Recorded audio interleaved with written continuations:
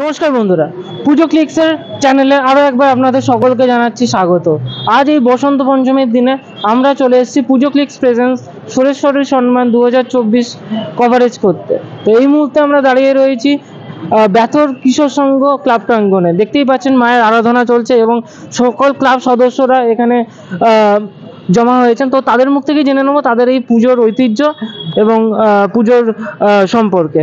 তো প্রথমেই তোমার পরিচয়টা একটু দিয়ে দাও। আমার নাম অভিষেক গুপ্ত, বর্তমানে আমি ক্লাব সম্পাদক আছি। আর পুজোর দায়িত্ব মেনলি ভাইরাই করেছে, আমার ছোট ভাইরা। তো এই বছর আমাদের 37তম বর্ষ। আমি 2006 থেকে পুজোর সঙ্গে জড়িত। একটা সময় মানে 2006 পর্যন্ত আমাদের ট্রেডমার্ক ছিল 8 ফুটের বসা সরস্বতী। আমাদের সিনিয়রদের কাছে আমরা দেখেছি এবং তার সঙ্গে বিভিন্ন কালচারাল প্রোগ্রাম। তো সেই ধারাটাকেই আমরা বজায় রেখেছি, শুধু ঠাকুরটা একটু চেঞ্জ হয়েছে। এবং আমরা এই বছর নতুন এক জায়গা থেকে ঠাকুর নিয়েছি, গৌরাঙ্গ স্টুডিও, যেটা এখন বলতে পারেন যে একটা হিড়িক পড়েছে ওখান থেকে ঠাকুর নেওয়ার। ঠাকুরের কোয়ালিটিতে আমরা দেখতে পাচ্ছেন খুব সুন্দর একদম।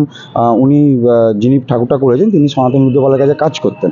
বর্তমানে তিনি আলাদাভাবে শান্তিঘাটা জায়গাটা আপনার বিহালার দিকে, তো সেখান থেকে আমরা বর্তমানে ঠাকুরটা নিয়েছি।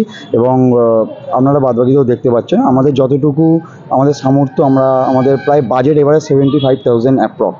তো আমাদের কালকে কিছু কালচারাল প্রোগ্রাম আছে। তো এইভাবে আমরা আশা করবো আগে পুজোটা এগিয়ে নিয়ে যেতে, এবং আমাদের এটা বর্তমানে 37তম বর্ষ।